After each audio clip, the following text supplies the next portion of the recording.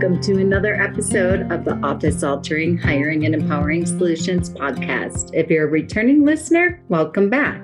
And if you're a first-time listener, hopefully you'll become a long-time listener. As always, I'm your show host, Molly McGrath, founder of Hiring and Empowering Solutions and creator of this revolutionary podcast.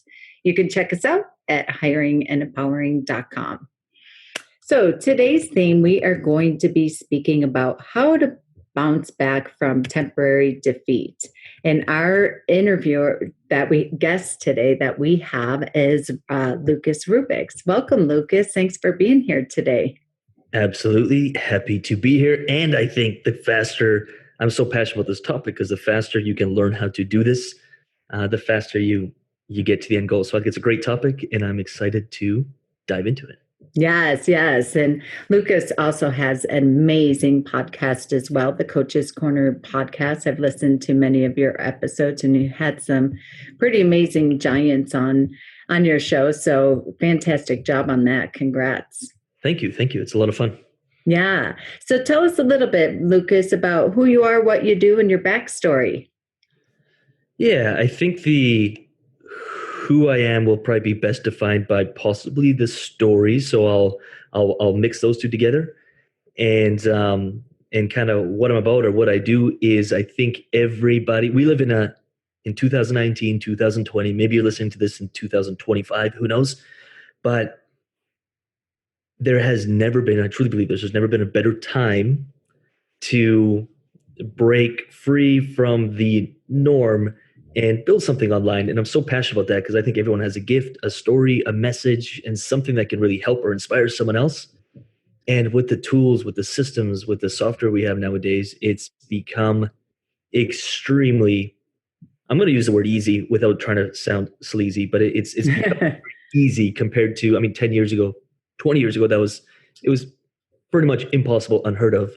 And nowadays, anyone can do it. And if my story inspires you to do it, I hope it does. And I've got story after story of people who, no educate, nothing. They thought they had nothing, but I think our humanness and our story and our experience is absolutely enough to really build something beautiful. So that's basically what I'm all about, is packaging that up and making it, marketing it, making it sellable, and then higher level stuff or deeper into it, the actual marketing strategies. And I'm a marketer. I love marketing. I love sales. So eventually all roads lead down to how do we drive more traffic, have more people see it, and make more sales, make more money, make more impact. Absolutely. And I'll put in the show notes a gift that Lucas has given our listeners today is an online coach academy. And we'll have that down in the show notes in regards to, in addition to his website, lucasrubix.com as well. So I highly recommend you listen to his podcast, take advantage of that free online coach academy. That it's a 45-minute program. Is that right? Yeah, it's probably around there, 40, 45 minutes. We're just adding some new content. But yeah, it's always evolving. Yeah, it's great. So if you own a business, you are very interested in anything in regards to sales, marketing, packaging, messaging, what have you, I highly recommend that you take advantage of that very generous gift. Cool. Thanks, Molly. Yeah. So go ahead. Yeah, I think the second part of the question, I guess, was the story. And I won't, there's many stories that I could dive into, but I think the one that would resonate the most is, and I think a lot of people, I thought I was the only one who felt this, but I think more people feel it than I was aware of. And when I share this, a lot of people are just like, I feel the same way, or I have felt the same way. But probably since, 12, 13, 14, I always felt different. And I thought that was unique to me, but I always wanted to share something, had an abundant amount of energy. I knew I wanted to do something big. I didn't know how to do it. So lived with that until I thought maybe chasing money was the way. So, you mold into society, you're like, let's chase money. So right after high school, I didn't go to college, didn't go to university. I went up on the oil rigs, drilling for oil, and I was up there for 5 or 6 years. And I don't know how familiar you are with the oil rigs, but I guess you could call it you're with 5 guys in the middle of the bush.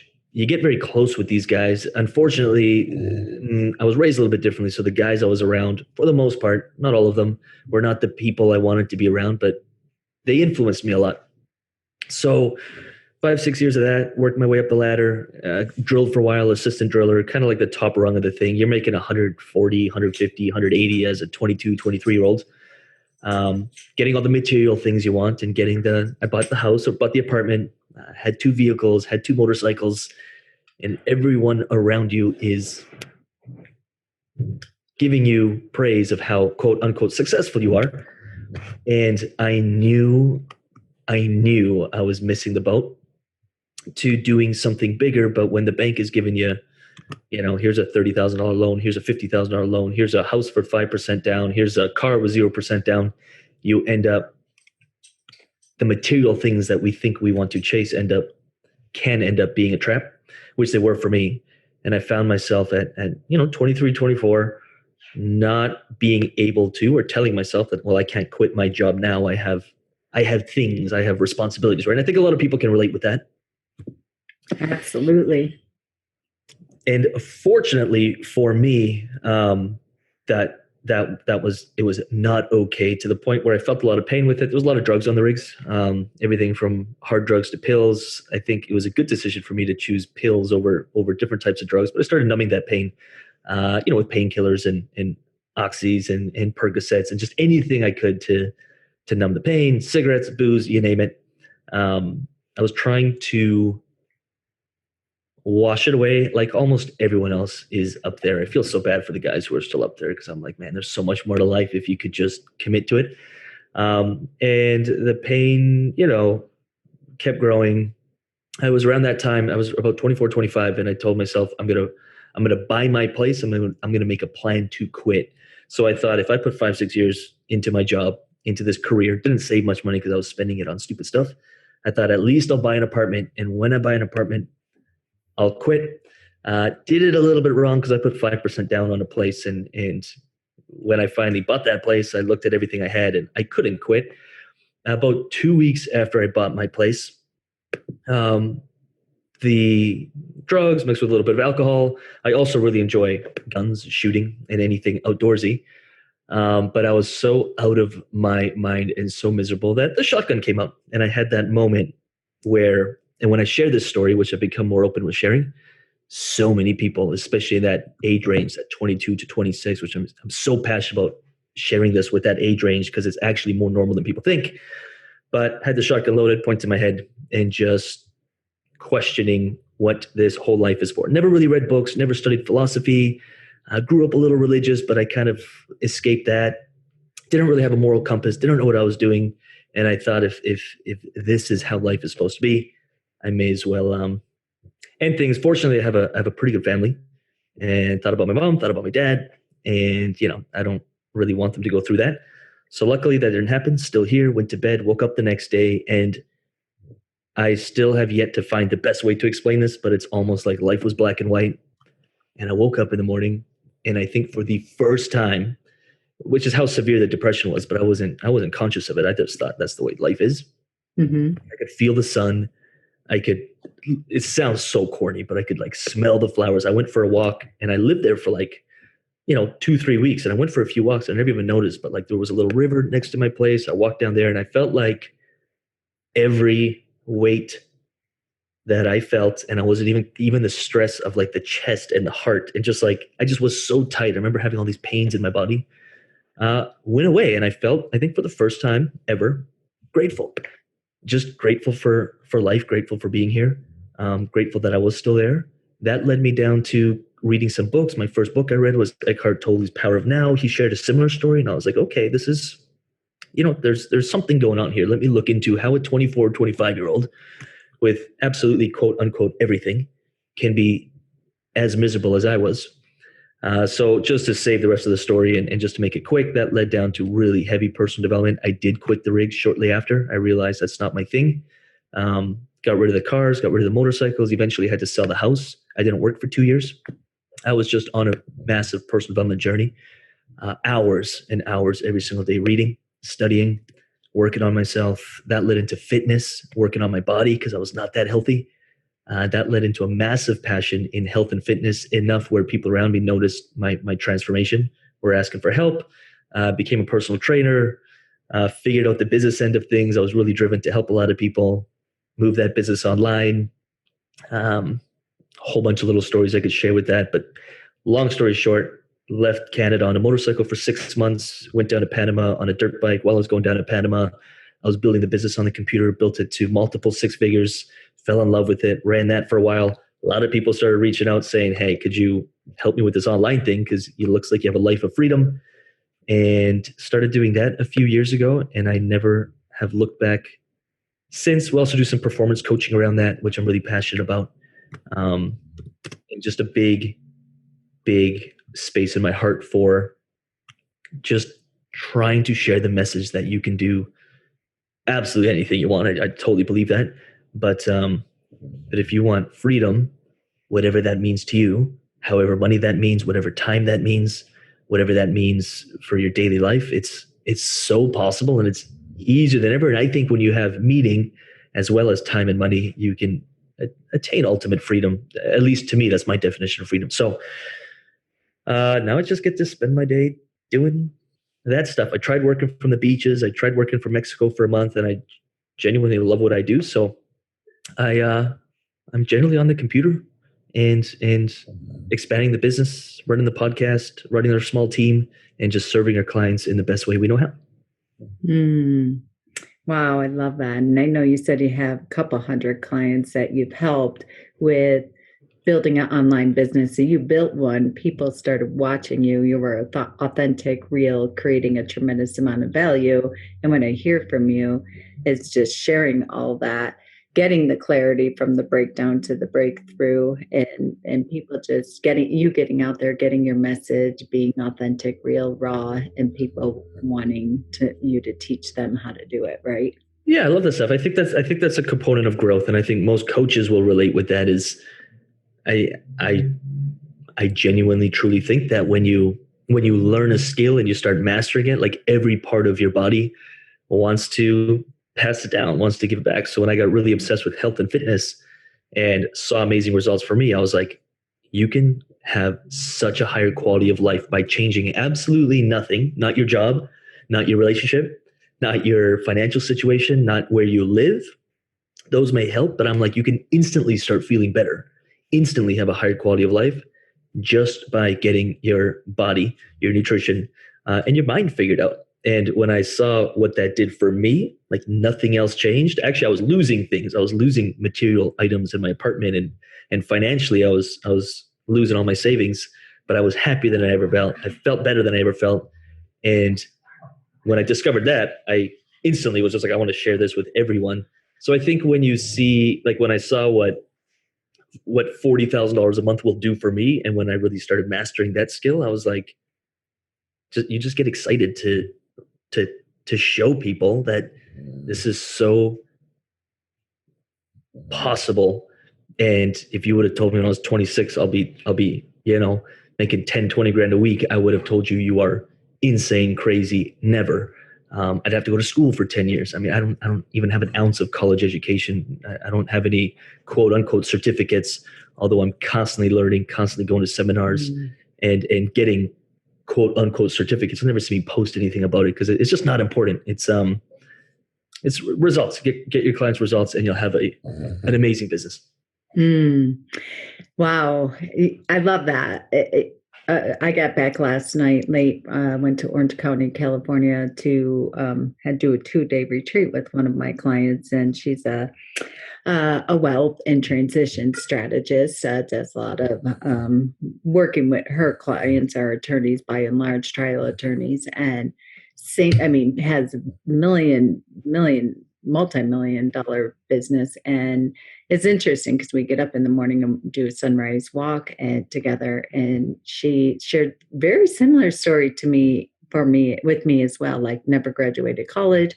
And her journey started with picking up a book, very much like you said. Was it The Power of Now that you picked up first? That was mine. I still to this day don't know where that book, I must have picked it up at an airport, and I was reading like truck magazines back then. Like I really wasn't into development.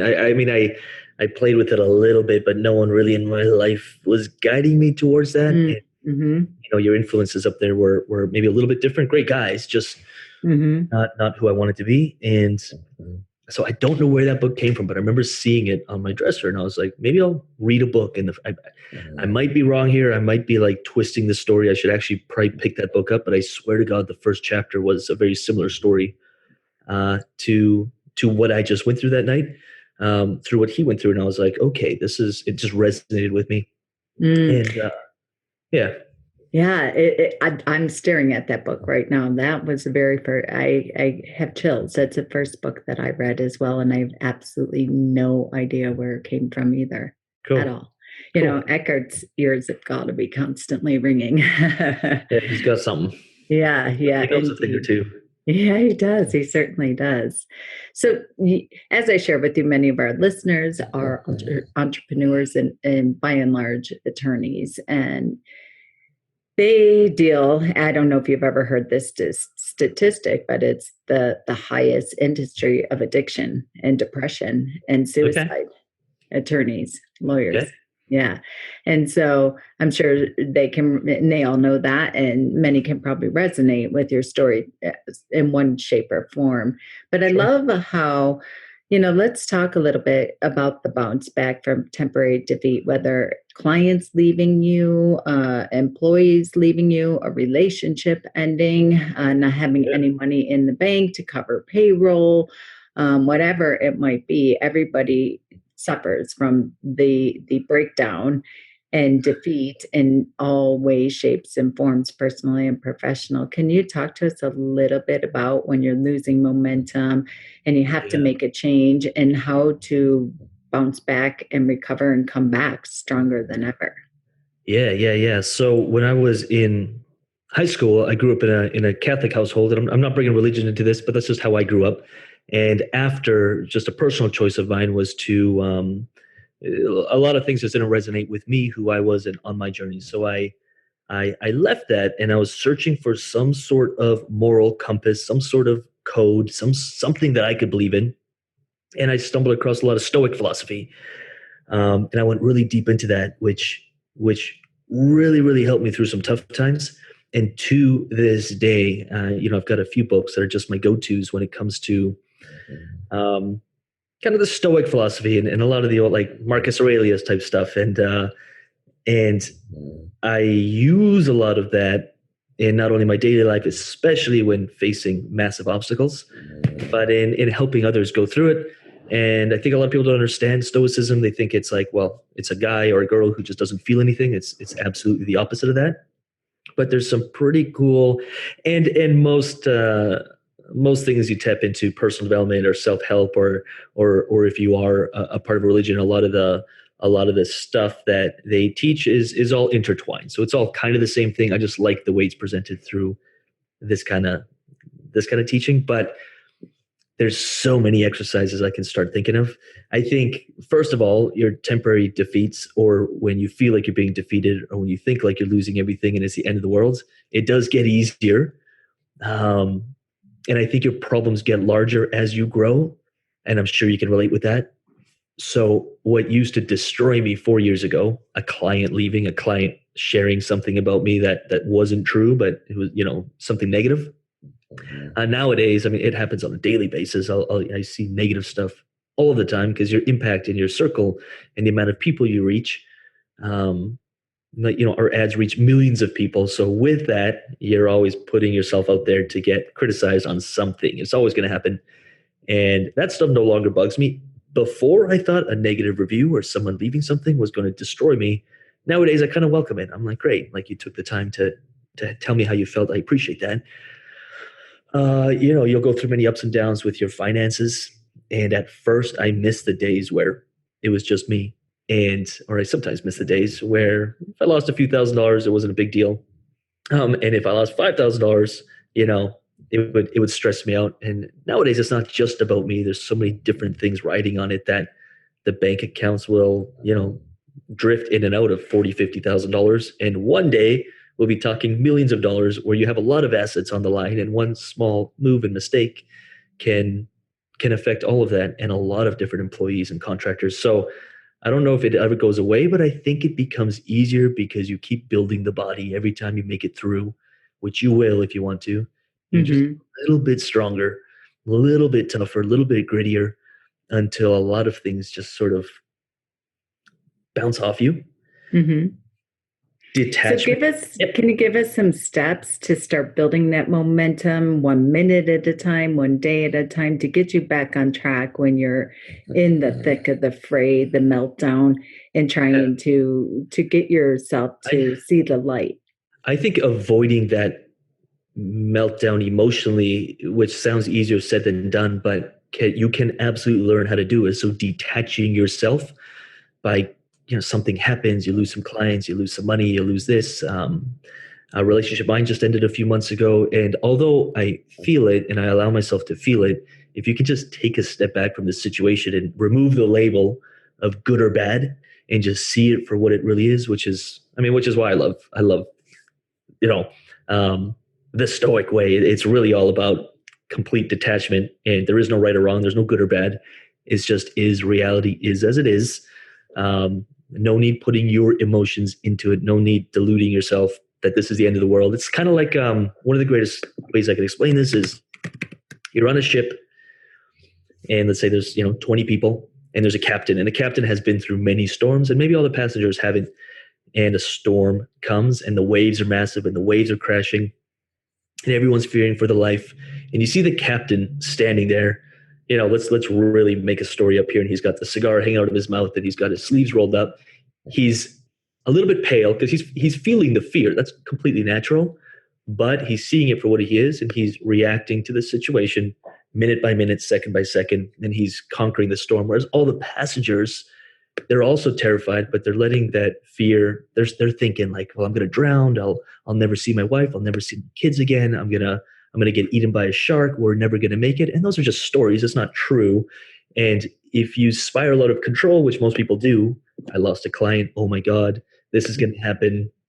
That emotion, their next client meeting is not at the standard. They usually hold it because their mind is flooded with stress, and then that client leads them, and they start seeing a pattern, and all of a sudden they think the world's going to turn upside down. And I get that. I used to be like that until I realized it serves nobody. And so I really believe in the second I get an emotional response to something that happened, someone says something, someone does something, results don't pan out the way I wanted it to due to trying to control the situation. Um, my significant other or the relationship I'm in or someone that I'm in a relationship with says something or does something. The first thing I do is I feel what I feel, but I'm very quick to detach. I won't take action when I'm feeling. I just let those feelings pass, and I just start applying logic as quickly as I can and seeing it for what it really is. And I will not take action. I won't do anything. I won't make any decisions until I'm in a place where I can. And if that means leaving for 3 hours to center myself, to ground myself, so be it.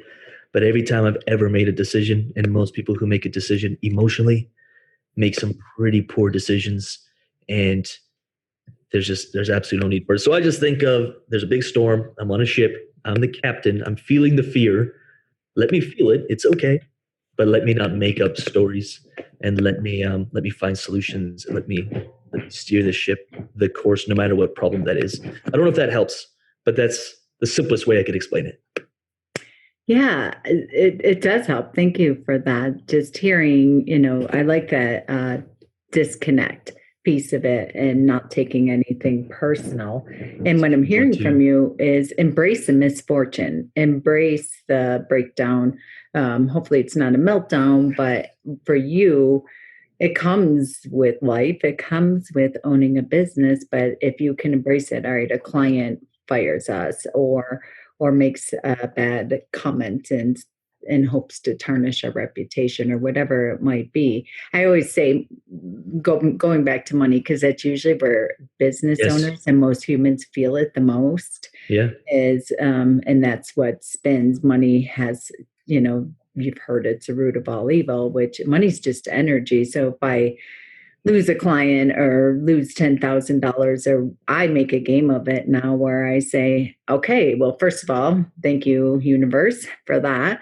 because that obviously was an ideal fit for me. And because I'm up leveling, because I'm growing and I'm getting closer to finding my avatar ideal client, it's just making room for the next great one to come in. And I make a game of, okay, go get another 100. client.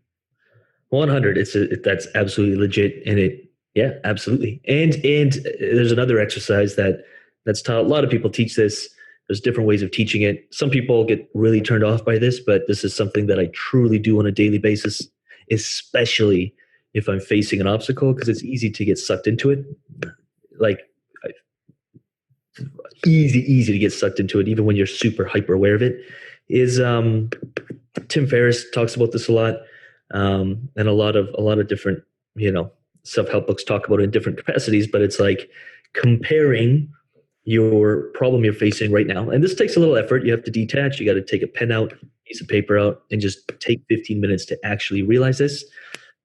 Is I guess one other exercise is, of course, make a list of things you're grateful for. You can't, that'll turn things around. But this exercise is just comparing it to the ultimate, the death. So we are all heading in the same direction. We're all aware of that. It's the only thing that's certain. It's the only thing we know. We don't like to talk about it. We like to kind of ignore it to the point where we drown the idea of it. But I think being hyper aware of it and accepting it and realizing that that's what's going to happen, like actually being completely okay with it. And this takes daily practice, visualizing the potential ways that this could be your last day, and comparing that to the little problem you're facing right now, which guarantee you is very small in comparison, will quickly wash away the fear of taking action to fix that problem. And the gratitude that I feel after doing these exercises of like, okay, I'm still here. This could be my last day, but I'm here. I'm here to grow. I'm here to expand. I'm here to face challenges, face problems. And nothing's killed me yet, and I've been through a lot, so I can handle this. And going at it with that kind of attitude, at least to me, has been a game changer.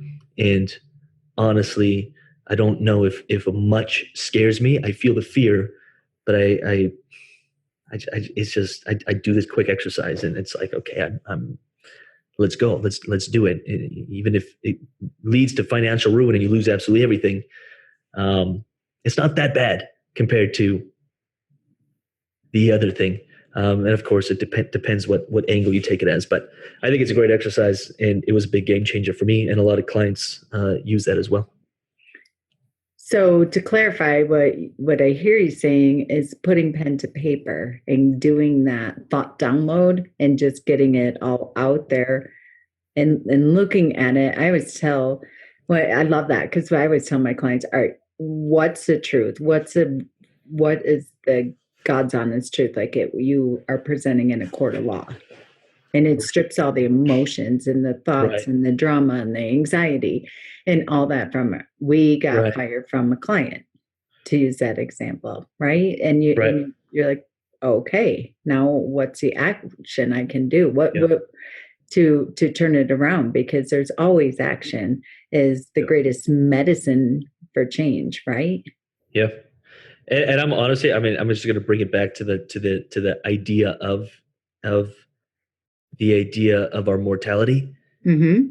You know how something really big, like trying to wrap your head around this size of the universe it's kind of hard to do, if not almost impossible. Like I understand the universe is massive. I don't think I even close to have the capacity to comprehend how big the universe actually is. And I don't even know if we know, but I think it's always expanding. But anyways, it's massive. I don't know, millions and millions and millions of galaxies and billions of stars. Who knows? But it's huge. So those things are sometimes hard to wrap our head around, and we just take it for granted. We don't sit down to think that we're on this spinning planet, ripping through the galaxy, and the galaxy is spinning around some other galaxies, some massive black hole in the middle of our Milky Way, and we can keep expanding on that. And so I like to do those exercises to just bring things into perspective of A, how short of a time frame I have, B, how the clock is ticking. And it just like we hold so much importance on this thing of money and our bank accounts and all of this. And I get it. We live in a physical reality. We choose to live in North America or wherever you're listening to, we choose to live in a community and in cities where we have to exchange money. There's communities where you can go to where you don't need money. If you're really that against it, there's many communities that you live on the farm and everyone supports each other. And like, you don't have to subscribe to this, but if you choose to subscribe to it, I get it. And it's a game and it's a way to play it. But when you really bring things into perspective, however you want to do that, at the size of the universe, at this idea that you're this small, insignificant little being on this spinning planet, it removes all problems. And I love that thought exercise because instantly that feeling in my stomach, in my gut, in my heart goes away. And I'm just like, okay, you know what? This isn't that big. And we go, and I think death is a great one to think about because we generally don't think about it till someone close to us dies, and then everyone has a heyday around it because it comes so close. But I really truly believe that meditating upon it is not only extremely healthy, it gives you more life because you're grateful for another day. Yeah. Wow. So some great tips here. One, go to the paper, pen to paper, and just really do that thought download. Also, number two, I love that of when you compare it and you bring in the end of the line, if you will, death into perspective, you're not dying. Your employee just walked out or just quit, or a client complained about you, or you lost a $10 million client, what have you. You already have evidence and proof that you have what it takes to get another one because you've done it before. So just taking that, and when you compare it to death, and I like that exercise, and I'm going to adopt that and I'm going to use it. Even though I'm not afraid of dying, but I sure would be if it happened suddenly tomorrow at 48 years old. So putting it in that perspective, and then just really anchoring to the facts and stripping the emotion out of it and your thoughts out of it. And here are the facts that are in the court law. My employee quit or what have you. And just, I'll add another step to that and just really reminding yourself, I tell my clients all the time, we got fired. So what?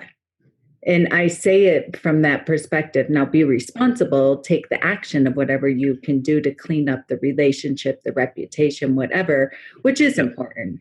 And then go do it again because you've done it before. And I like the meditation piece that you've added in there as well, and really meditate on it because it de-energizes it. You start to see the light of it. You start to get closer to that gratitude and just grounding yourself and calming down about it. And then staying committed to taking care of yourself. And if you're giving that self-care and you're given that power of the pause, then, and like you said, don't do anything from a place of emotion, feel it, but then move it through, then you have the ability to pick yourself back up and bounce back and be stronger and better than you were prior to the breakdown. Stronger, better, faster. Absolutely. Yeah. Smarter. Yeah, that's fantastic. Great. Thank you for that. And I know you have many podcasts in regards to your story and just different practices that you have put through your and really process for your clients as well. So I would highly recommend that you do go to Lucas' podcast on his tab on his website. There's a podcast tab there. And like I said, you've had some phenomenal guests there.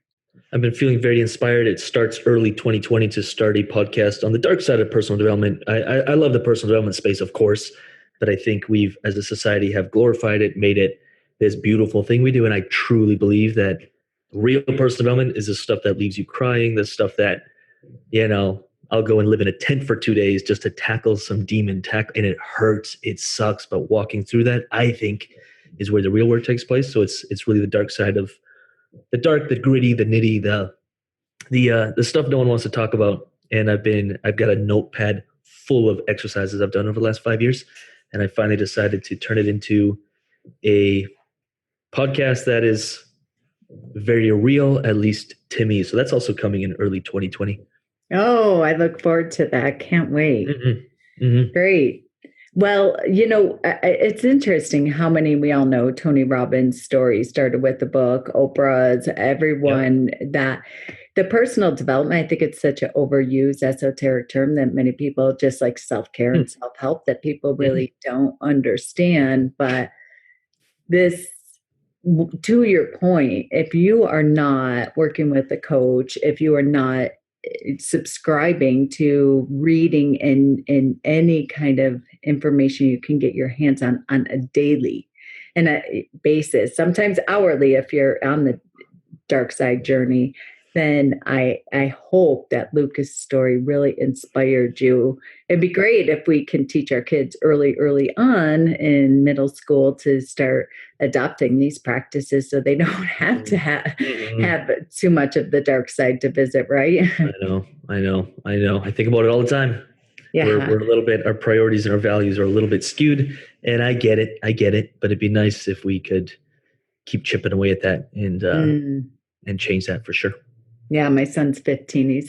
Or 17. He's had a coach since he was 15. Yeah, very cool. Yeah, it's great. Okay, well, Lucas, thank you very much. I think that's a good stopping point. I know you have a lot going on this afternoon, and I really appreciate you joining us from Vancouver. And I'm going to have in the show links here, Luke's website, how to take advantage of an online coach program that he's going to share with all of us in addition to his podcast. So thank you for being our guest. And maybe we'll have you back after you launch that new podcast in 2020. That'd be amazing. Thanks, Molly.